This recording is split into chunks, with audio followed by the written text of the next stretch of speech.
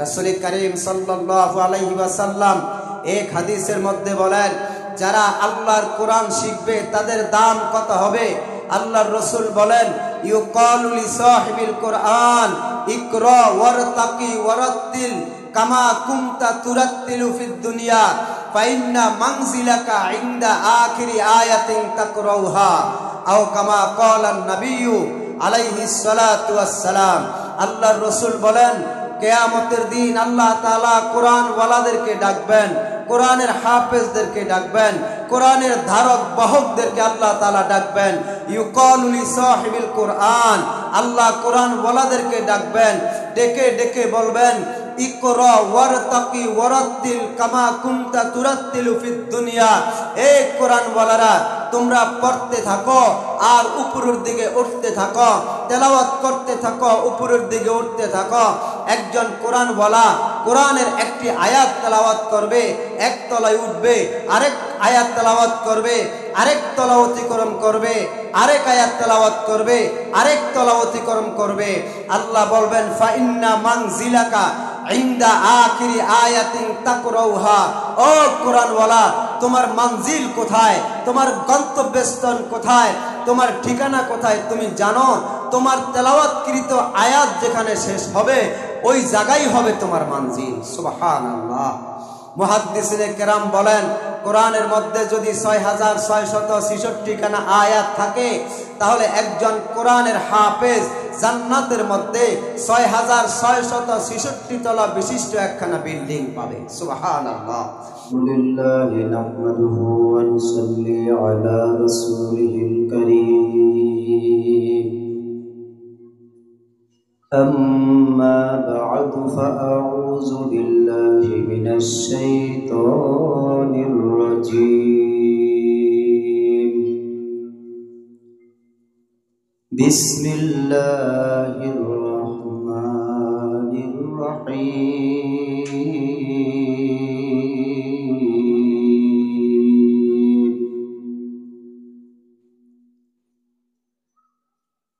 قل هل يستوي الذين يعلمون والذين لا يعلمون؟ قال رسول الله صلى الله عليه وسلم: خيركم من تعلم القرآن وعلمه، أو كما قال النبي عليه الصلاة والسلام. اللهم صل على محمد النبي الأمي وعلى آله وسلم تسليما. اللهم صل وسلم على النبي الأمي وعلى آله وأصحابه أجمعين. جزا الله عنا محمدا ما هو أهله. صدقت يا رب العالمين.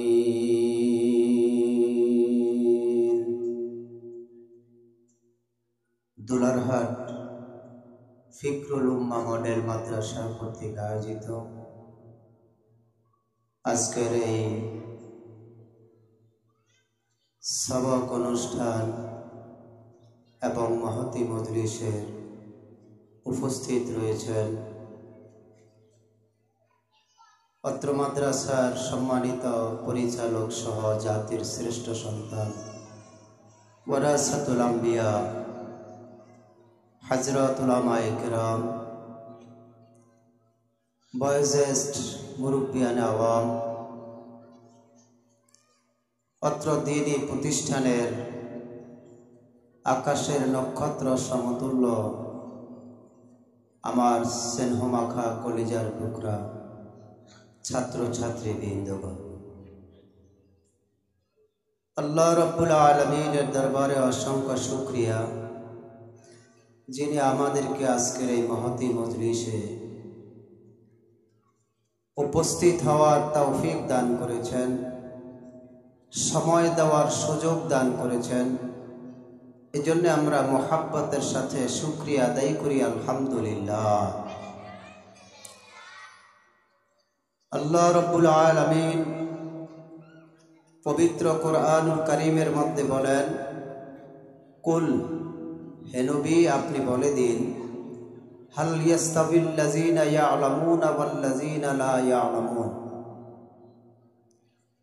যাদের মধ্যে দ্বীনি ইলম আছে আর যাদের মধ্যে দ্বীনি ইলম নাই, উভয় কি সমান? কোনোদিনও তারা সমান হতে পারে না। যাদের মধ্যে ইলমে ওয়াহী আছে, কোরআনের ইলম আছে, তারা আর যাদের মধ্যে কোরআনের ইলম নাই, তারা উভয় সম্প্রদায় কখনো এক হতে পারে না। যাদের মধ্যে দ্বীনের ইলম আছে, কোরআনের ইলম আছে, আল্লাহর কাছে তারা সবচেয়ে বেশি দামি। রাসূল করিম সাল্লাল্লাহু আলাইহি ওয়াসাল্লাম এক হাদিসের মধ্যে বলেন, খায়রুকুম মান তাআল্লামাল কুরআনা ওয়া আল্লামা, তোমাদের মধ্যে সর্বোত্তম তো তারাই যারা কোরআনের ইলম শিক্ষা গ্রহণ করেছে এবং শিক্ষা দিতেছে। যারা দ্বীনি ইলম শিক্ষা করেছে এবং অন্যদেরকে শিক্ষা দিচ্ছেন, তারাই হচ্ছে সবচেয়ে উত্তম। রাসূলের উম্মতের মধ্যে তারা সবচেয়ে উত্তম।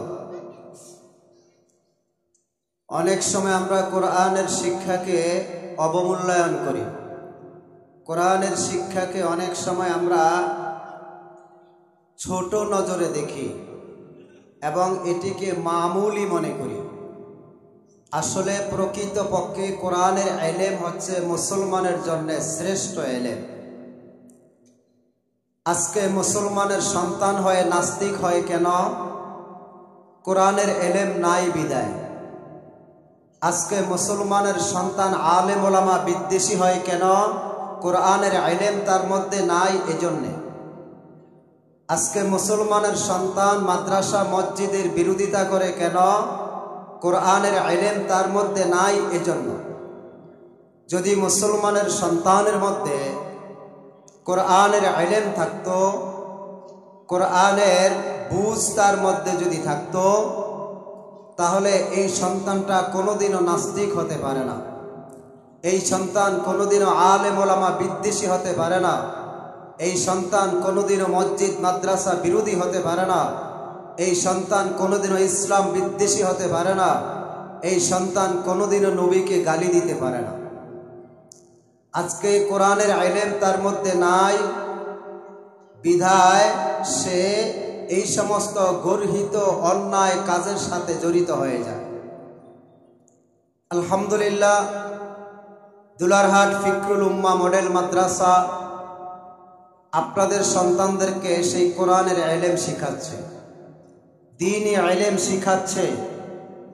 এই ফিকরুল উম্মাহ এই মাদ্রাসা থেকে আপনার সন্তান একজন মুসলমান, খাঁটি মুসলমান হয়ে বের হওয়ার সুযোগ আছে। কারণ এই মাদ্রাসার মধ্যে কোরআন শিখানো হয়।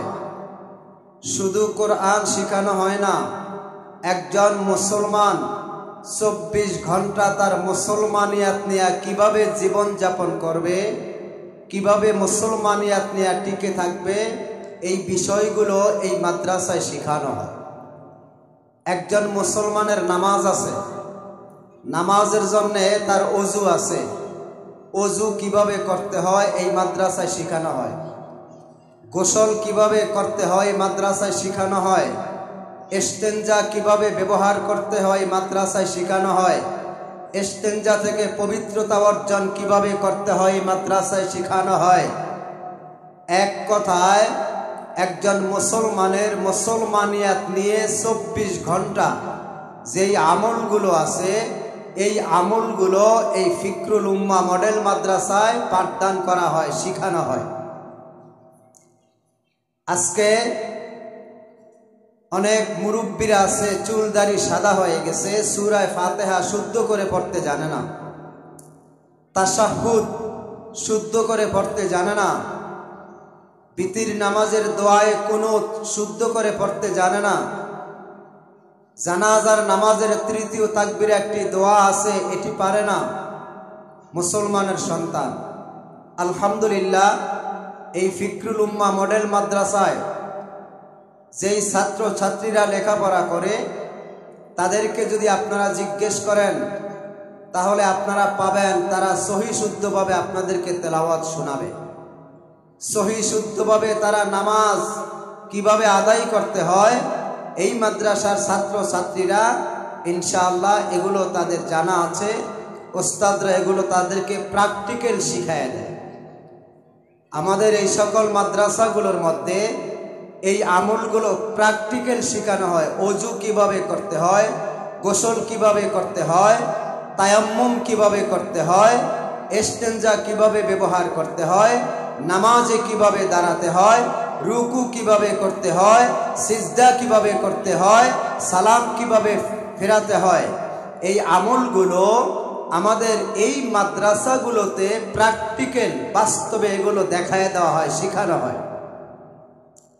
যার কারণে আমরা অনেক প্রতিষ্ঠানের আমরা সেমিনারে আমরা দেখি ছোট ছোট বালকরা কত সুন্দরভাবে জানাজার নামাজের ইমামতি করছে। একজন মানুষ মারা গেলে কিভাবে গোসল দিতে হয়, কিভাবে তাকে কাফন পরাতে হয়, কিভাবে তাকে খাটে উঠাতে হয়, কিভাবে তার জানাজার নামাজ সম্পাদন করতে হয়, কিভাবে তাকে কবরে রাখতে হয়, কিভাবে তার কবরে তাকে দাফন করতে হয়, এই বিষয়গুলো প্র্যাকটিক্যাল দেখানো হয়। কুরবানি, কিভাবে কুরবানি পশুটা জবাই করতে হয়, সেখানে কোন কোন দোয়া আছে, কোন কোন ক্ষেত্রে দোয়াগুলো কোন কোন জায়গায় পড়া হয়, পড়তে হয়, প্র্যাকটিক্যাল এগুলো এখানে শেখানো হয়। এক কথায় আমাদের এই মাদ্রাসাগুলোর মধ্যে একজন মানুষ তার মুসলমানিয়াত নিয়া সমাজে কিভাবে সে জীবিত থাকবে, কিভাবে আমলগুলো করবে, এগুলো প্র্যাকটিক্যাল এই মাদ্রাসাগুলোতে শেখানো হয়। আজকে আমরা অনেকেই সন্তানদেরকে আমরা মাদ্রাসায় পড়াতে চাই না, সন্তানদেরকে আল্লাহর কোরআন শিখাতে চাই না, সন্তানদেরকে হাফেজে কোরআন বানাতে চাই না, সন্তানদেরকে আলেম বানাতে চাই না। এটি আমাদের দুর্ভাগ্য। মনে রাখবেন, আপনি ইন্তেকাল করবেন, আপনার মরার পর আপনার লাশটা সামনে নিয়ে শত মানুষের উপস্থিতিতে আপনার সন্তান যদি আপনার জানাজার ইমাম হয়, আপনার জানাজার ইমামতি যদি আপনার সন্তান করে, মা বাবার জানাজার ইমামতি যদি সন্তান যদি করে, ওই মা বাবার জন্যে দুনিয়ার জমিনে এর চেয়ে বড় নেয়ামত দ্বিতীয়টি আর নাই। আমার জানাজার ইমামতি আমার সন্তান করবে, এর চেয়ে বড় নেয়ামত, এর চেয়ে বড় সৌভাগ্যশীল আর কেউ হতে পারে না। এজন্যে কম পক্ষে একটা সন্তান হলেও মাদ্রাসায় পড়ান, একটা সন্তানকে হাফেজে কোরআন বানান।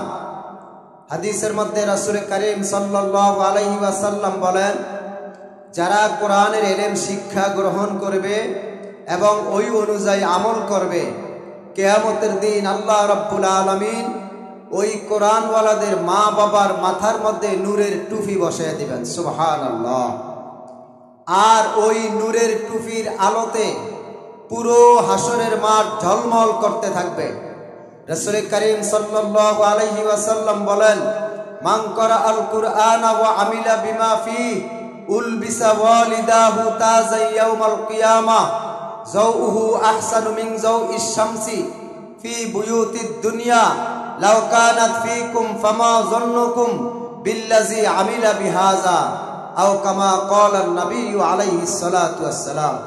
রাসূল বলেন, যারা কোরআনের ইলম শিক্ষা গ্রহণ করলো, ওই অনুযায়ী আমল করলো, আল্লাহ রাব্বুল আলামিন ওই কোরআনওয়ালাদের মা বাবার মাথার মধ্যে কিয়ামতের দিন এমন একটা নূরের টুপি বসায় দিবেন, ওই নূরের টুপির আলোতে পুরা হাসরের মাঠ ঝলমল করতে থাকবে। মানুষের ঈর্ষা হবে, মানুষ আলোচনা করতে থাকবে, এরা কারা, এত সম্মান এত মর্যাদা এদের, এরা কারা, এত সম্মান আজকে কিয়ামতের মাঠে তাদের, এরা কারা, কি পরিচয় তাদের। তখন ফেরেশতারা বলতে থাকবে এরা কোরআনওয়ালাদের মা বাবা। সুবহানাল্লাহ। এরা হাফেজে কোরআনদের মা বাবা, এরা আলেম ওলামাদের মা বাবা। যদিও তার বাবা গরিব ছিল, যদিও তার বাবা রিক্সা চালাইতো, যদিও তার বাবা ভ্যান গাড়ি চালাতো, যদিও তার বাবা ইটের ভাটায় কাজ করত, যদিও তার বাবা কুলি ছিল, দিনমজুর ছিল, মাঠে কাজ করত, কিন্তু সে কষ্ট করে করে মাথার ঘাম পায়ে ঝরিয়ে একটা সন্তানকে হাফেজে কোরআন বানাইছে, একটা সন্তানকে আলেম বানাইছে। আল্লাহ তাআলা কিয়ামতের দিন এই গরিব বাবা এবং মায়ের সম্মান এত বাড়িয়ে দিবেন, কিয়ামতের দিন ওই মা বাবার মাথার মধ্যে আল্লাহ নূরের টুপি বসিয়ে দিবেন। তখন দুনিয়ার রাজা বাদশা ধনীরা আফসোস করতে থাকবে, আহারে আমিও যদি দুনিয়াতে একটা সন্তানকে কোরআনের হাফেজ বানাতে পারতাম, আমিও যদি একটা সন্তানকে আলেম বানিয়ে আসতাম, আজকে এই নেয়ামত আমারও হতো, এই নেয়ামতের ভাগিদার অংশীদার আমিও হতাম। কিয়ামতের দিন আফসোস করবে, কিন্তু আফসোস করতে থাকবে, এই আফসোসে কোনো কাজ হবে না, এই আফসোসে কোনো লাভ হবে না। জিহবা চাবাবে, হাত চিবিয়ে চিবিয়ে চিবিয়ে চিবিয়ে টুকরা টুকরা করে ফেলবে, কিন্তু ওই দিন কোনো কাজে আসবে না। আফসোসের সময় হবে এই দুনিয়াতে, পরিতাপের বিষয় হইল পরকালে। পরকালে মানুষ পরিতাপ ভোগ করবে, কিন্তু কোনো কাজ হবে না। এই জন্য একটা সন্তান হলেও হাফেজে কোরআন বানান, একটা সন্তান হলেও আলেম বানান, একটা সন্তান হলেও আল্লাহর কোরআনটা শিখায়া দেন। রাসূল করিম সাল্লাল্লাহু আলাইহি ওয়াসাল্লাম এক হাদিসের মধ্যে বলেন, যারা আল্লাহর কোরআন শিখবে তাদের দাম কত হবে। আল্লাহর রাসূল বলেন, ইউকালু লিসাহিবিল কোরআন ইকরা ওয়ারতাকি ওয়ারাত্তিল কামা কুনতা তুরাত্তিলু ফিদ দুনিয়া ফাইন্না মানজিলাকা ইনদা আখিরি আয়াতিন তাকরাউহা আও কামা ক্বালান নাবিয়্যু আলাইহিস সালাতু ওয়াস সালাম। আল্লাহর রাসূল বলেন, কিয়ামতের দিন আল্লাহ তাআলা কোরআন ওয়ালাদেরকে ডাকবেন, কোরআনের হাফেজদেরকে ডাকবেন, কোরআনের ধারক বাহকদেরকে আল্লাহ তাআলা ডাকবেন। ইউকালু লিসাহিবিল কোরআন, আল্লাহ কোরআন ওয়ালাদেরকে ডাকবেন, ডেকে ডেকে বলবেন, ইকরা ওয়ারতাকি ওয়ারাত্তিল কামা কুনতা তুরাত্তিলু ফিদ দুনিয়া। এই কোরআন ওয়ালারা তোমরা পড়তে থাকো আর উপরের দিকে উঠতে থাকো, তেলাওয়াত করতে থাকো, উপরের দিকে উঠতে থাকো। একজন কোরআন ওয়ালা কোরআনের একটি আয়াত তেলাওয়াত করবে, এক তলায় উঠবে, আরেক আয়াত তেলাওয়াত করবে, আরেক তলা অতিক্রম করবে, আরেক আয়াত তেলাওয়াত করবে, আরেক তলা অতিক্রম করবে। আল্লাহ বলবেন, ফাইন্না মানজিলাকা ইনদা আখিরি আয়াতিন তাকরাউহা। ও কোরআন ওয়ালা, তোমার মঞ্জিল কোথায়, তোমার গন্তব্যস্থান কোথায়, তোমার ঠিকানা কোথায় তুমি জানো?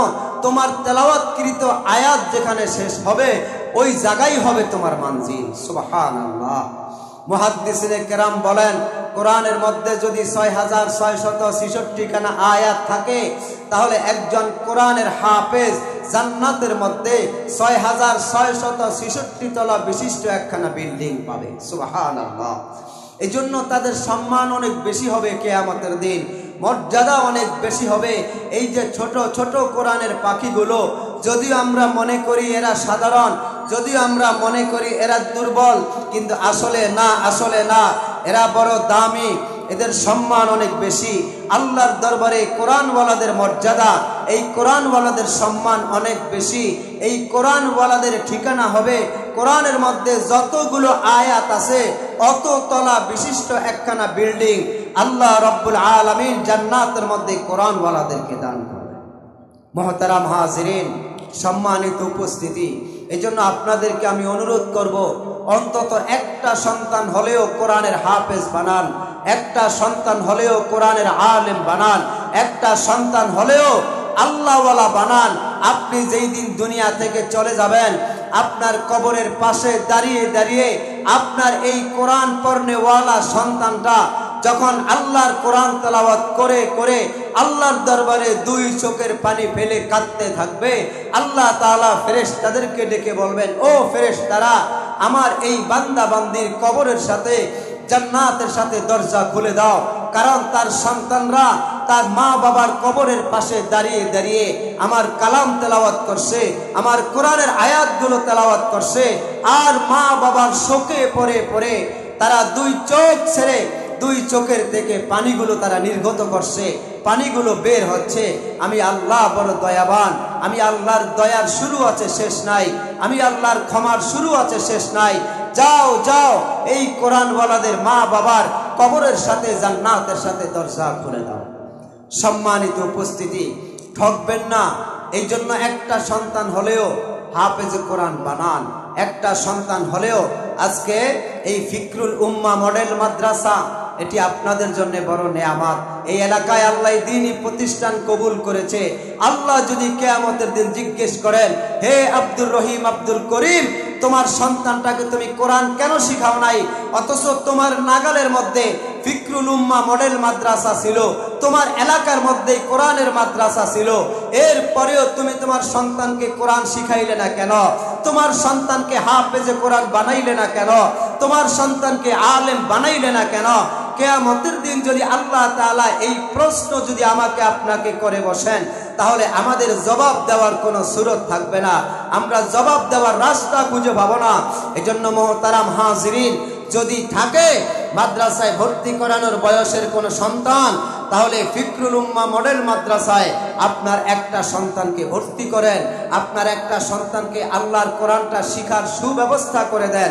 আপনি একজন হাফেজে কোরআনের বাবা হবেন, এর চেয়ে বড় দামি কথা আর নাই।